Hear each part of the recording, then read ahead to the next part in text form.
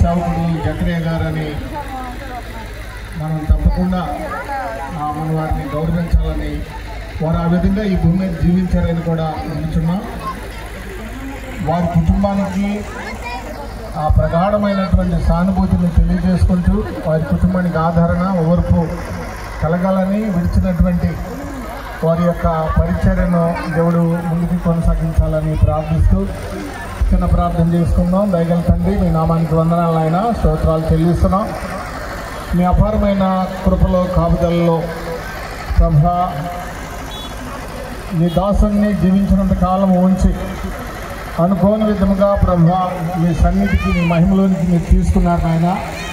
మీకు వందనాలు, స్తోత్రాలు చెల్లిస్తున్నాం. అశేషమైనటువంటి ప్రజాదరణ పొందినటువంటి బిడ్డగా, మీ అందరూ భవిష్యత్తు కలిగినటువంటి బిడ్డగా జీవించిన సాక్ష్యమే దీనికి మేము చూస్తున్నటువంటి సాక్ష్యమే మేము నమ్ముతున్నాము నాయన. ప్రభా మీకు వందనాలు. వారు విడిచినటువంటి సంఘాన్ని కానీ పరిచర్ని కానీ కొనసాగించడానికి అందుకు కావలసిన పరిస్థితులను మీరు అనుకూలపరచమని ప్రార్థన చేస్తున్నాం. గ్రామస్తులు, ఆత్మీయులు, బంధువులు, మిత్రులు అందరూ ఉన్నారు. ఎంతో విశాలంగా కన్నీటిమయమై ఉన్నారు ప్రభా. వారందరికీ ఓదార్పున ఆదరణని కలగజేయమని ప్రార్థన చేస్తున్నాం. తోటి సేవకులు ఎంతోమంది, కొన్ని వందల మంది సేవకులు ఇక్కడికి వచ్చి ఉన్నారు. వారందరం బట్టి కూడా మీకు వందనాలైన స్తోత్రాలు చెల్లించుకుంటూ తండ్రి, రూపాపన కార్యక్రమం జరుగుతుండగా ఎక్కడ వైకల్ప లేకుండా ఆటంకం లేకుండా ప్రజలు బహుమాతంగా సక్రమంగా జరిగించాలని కృపణించాలని ప్రార్థిస్తూ ఈ కార్యక్రమం వేగల స్థాయికి సమర్పిస్తూ ప్రార్థించి వేడుకుంటున్నాము తండ్రి.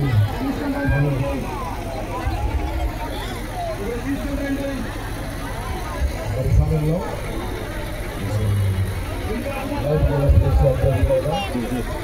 పరిశుద్ధరాజు గారి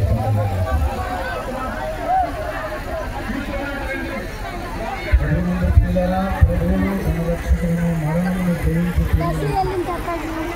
యేసుక్రీస్తు నామములో వందనాలు. స్త్రీలు, దైవజనులు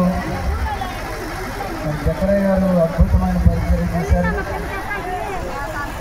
ఎంతమంది ప్రజలు రావడం అనేది మన ఈ ప్రాంతంలో సువార్త ఎంతగా ప్రభుత్వంలో మనకు అర్థమవుతుంది. సువార్త, సత్య సువార్త ఎంతగా అందించబడుతుందంటే ప్రజలుగా, రచనలుగా ప్రభు కొరకు పరిగణించినటువంటి జకరియా గారు లాంటి దైవజనులు ప్రభు ఎందుకు ఆయన్ని మరి అర్జెంటుగా పిలిచారు? ప్రాముఖ్యమైన వ్యక్తులు అర్జెంటుగా ఇక్కడ వచ్చి ఉండాలనేది ఏదైనా అత్యవసరమైన పని ఉంటే జరిగేస్తాను. దేవుడు ఆయన్ని మరి ఇంత త్వరగా ఆగమేఘాన్ని రమ్మన్నారంటే నిశ్చయంగా చాలా ప్రాముఖ్యమైన పనిలో దేవుడు ఆయన ఉంటారు.